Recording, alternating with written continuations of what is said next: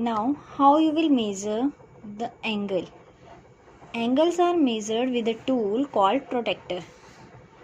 See, this is a tool which is used to measure an angle.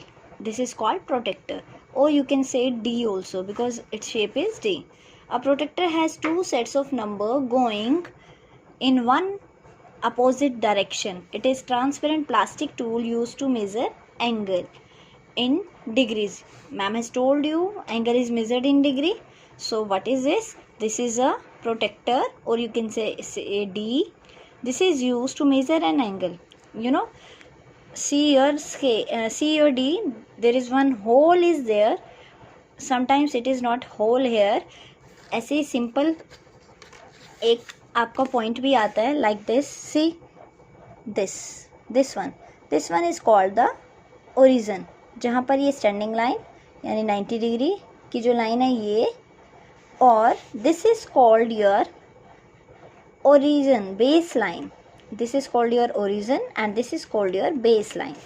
Ma'am is telling you this is your origin and this is called your baseline.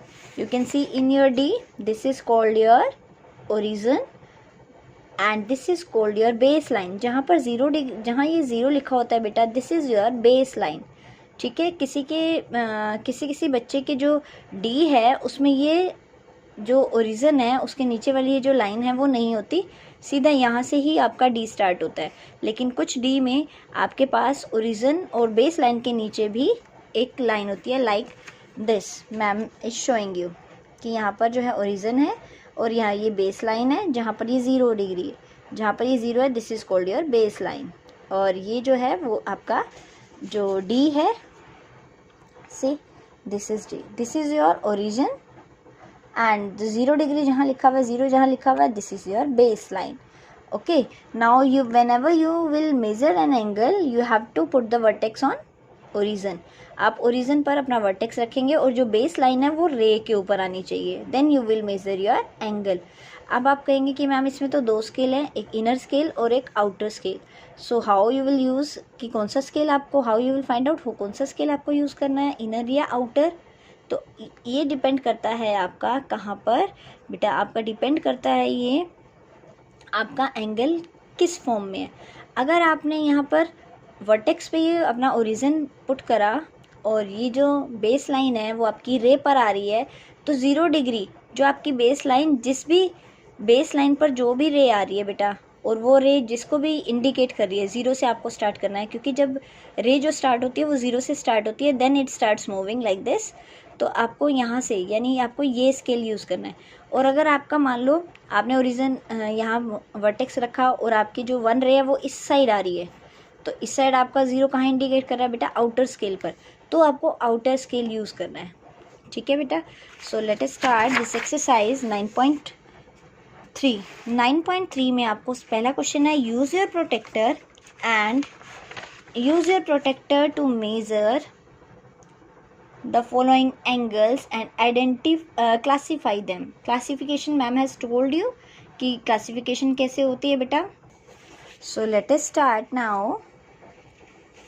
First of all आपको ये जो origin है वो आपको कहाँ रखना है बेटा, आपको ये vertex B के ऊपर रखना है और जो BC जो लाइन है वो आपकी बेस लाइन पर आनी चाहिए like this. आपका ऐसे नहीं होना चाहिए बेटा, ऐसे. आप कई बच्चे क्या करते हैं बेटा, आपको कई बच्चे ऐसे करते हैं, ये देखिए, sometimes some students do like this. आपका क्या करते हैं, ऐसे रख देते हैं और आपकी बेस लाइन जो है डैट इज़ 0 डिग्री जो लाइन है आपकी, आपने इसको वर्टेक्स पे तो रख दिया हो, लेकिन जो आपकी बेस लाइन है यानी 0 डिग्री वो कहीं और जा रही है और आपकी रे कहीं और जा रही है. जो आपकी रे है यहाँ पर, ये जो एरो है वो आपकी बेस लाइन पर दिखना चाहिए. आपकी जो रे है वो पूरी हाइड हो जानी चाहिए इस बेस लाइन के ऊपर, बेस लाइन उसके ऊपर आ जानी चाहिए. यानी आपको ये प्रोटेक्टर जो है बिल्कुल सीधा करना है. आपको ये ओरिजिन जब सीधा करते हुए कुछ बच्चे क्या करते हैं, इसको तो रख देते हैं इस पर कि हमने बेस लाइन जो है वो रे पर रख दी, लेकिन जो ओरिजिन है यानी ये ओरिजिन वो वर्टेक्स पर नहीं आता. आपको बी पॉइंट दिखाई दे रहा है, वर्टेक्स दिखाई दे रहा है, तो आपको ये चीज़ सेट करनी है बेटा. जब आपकी ये चीज़ सेट हो जाए अच्छे से, then you will find the measurement of angle. देखो अभी भी मैम का प्रॉपर सेट नहीं हुआ है क्योंकि आपकी रे यहाँ से दिखाई दे रही है। कैन यू सी, क्लियर के नीचे एक रे दिखाई दे रही है, रे भी दिखाई दे रही है, एरो भी दिखाई दे रहा है। So this is your wrong. तो आपको क्या करना है, इसको थोड़ा सा ऊपर करना है ताकि आपकी रे छुप जाए और आपको सिर्फ एरो दिखाई दे। अब देखिए आपकी रे छुप गई, आपका ओरिजिन जो है वो वर्टेक्स पे आ गया, ओरिजिन वर्टेक्स पे है, आपकी रे भी बेस लाइन के ऊपर आ गई। बेस लाइन जो है आपकी रे के ऊपर है, आपका जो ओरिजिन है वो वर्टेक्स के ऊपर है। Now you will measure your angle. जो दूसरी रे है बेटा आपकी, देखो ये है रे, दूसरी रे है ये, आपका जहाँ एरो दिखाई दे रहा है दूसरी रे आपकी ये है, ठीक है। तो आपको कौन सा स्केल यूज़ करना है, 110 है या 70 डिग्री है, कौन सा एंगल है बेटा ये, 110 या 70 डिग्री। आपको कौन सा स्केल यूज़ करना है, आपको ये देखना है एरो किस तरफ जा रहा है, इस तरफ, और यहाँ कहाँ है 0 डिग्री, ये इनर स्केल में। तो आपको इनर स्केल यूज़ करना है बेटा। तो this is your 70 degree angle. तो कौन सा डिग्री एंगल हो गया बेटा आपका, 70 डिग्री। और 70 डिग्री एंगल आपको पता है कैसा एंगल होता है बेटा, ये एक्यूट एंगल होता है। तो क्यूट होते हैं 90 डिग्री से छोटे, तो it will be acute angle. Ma'am has told you कि जो 90 डिग्री से छोटे होते हैं उनको क्यूट बोलते हैं, यानी एक्यूट एंगल बोलते हैं। तो ये आपका 70 डिग्री एक्यूट एंगल हो गया।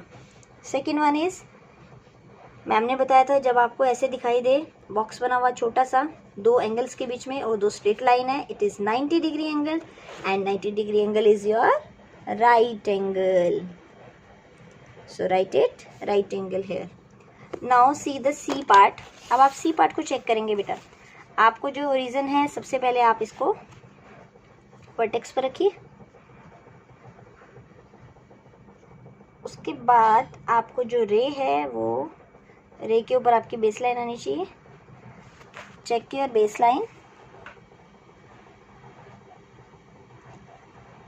आपकी यस, ये हमारी सेट हो गई है। अब हम देखेंगे कि हमारी जो सेकंड रे है वो कहाँ पर आ रही है। जो हमारी सेकंड रे है वो ये है बेटा। तो आपको कौन सा एंगल है, ये 70 डिग्री है, ये 110 है। आपकी रे इस तरफ है, इस तरफ 0 कहाँ है, ये इनर स्केल में। तो आपकी रे इधर से स्टार्ट हुई, ऐसे चलने स्टार्ट हुई और इनर स्केल में गई, तो ये हो गया आपका 110 डिग्री। देखिए ये आपकी सेकंड रे, 110 degree will be your angle. तो 110 डिग्री एंगल कैसा होता है बेटा, और मैम ने आपको बताया था आपका 90 डिग्री एंगल ऐसे होता है। तो एक्यूट एंगल जो होते हैं वो 90 डिग्री से छोटे होते हैं। तो जो छोटे एंगल होते हैं बेटा उनका साइज देखिए ऐसे होता है, ऐसे होता है। और जो ऑब्ट्यूज एंगल होते हैं ना बेटा, वो देखो जैसे आर्म्स को हम पूरा खोल देते हैं, तो खोलना स्टार्ट किया, ये बड़ा हो गया, ये और भी बड़ा हो गया। देखो बेटा ये सारे ऑब्ट्यूज एंगल होते हैं। जिन दो रे में ज़्यादा डिफरेंस हो जाता है वो ऑब्ट्यूज एंगल होते हैं, जिन दो रे में कम डिफरेंस होता है वो एक्यूट एंगल्स होते हैं। Okay, now this is 110 degree angle and it is obtuse angle. Now next one is how you will check this angle. अब ये एंगल तो ऐसे बना हुआ है, तो आप इसको कैसे करेंगे, इसके आप ऐसे घुमा देंगे अपना बुक, और आपको क्या करना है, इसके जो वर्टेक्स है वो ओरिजिन पे रखेंगे और आपकी वन रे जो है इसके ऊपर आ जाएगी। Now it is set. देखिए ओरिजिन जो है वर्टेक्स पे आ गया और वन रे के ऊपर बेस लाइन आ गई। अब आपको एरो जो है कौन सा इंडिकेट कर रहा है, 0 डिग्री यहाँ से। तो आपको कौन सा स्केल यूज़ करना पड़ेगा बेटा, आउटर स्केल। आउटर स्केल आप यूज़ करेंगे। हमारी सेकंड वाली कहाँ पर है, हमारी जो सेकंड है वो यहाँ पर है, ये रही रे। सेकंड रे is this, see this is the second रे एंड दिस इज, आपको आउटर स्केल यूज़ करना है। So it is 40 degree. तो आपका कौन सा एंगल हो गया, 40 degree angle, means acute angle. Now F part, this is your 90 degree angle. This E part you will do yourself, you will try yourself. Okay. Now next is classify the angle according to their measurement. आपको measurement के according इनको classify करना है, 50 degree to 40 degree. 50 degree is acute angle, 90 degree is right angle, above the 90 degree is obtuse angle. You will do all these part yourself. Goodbye, have a nice day.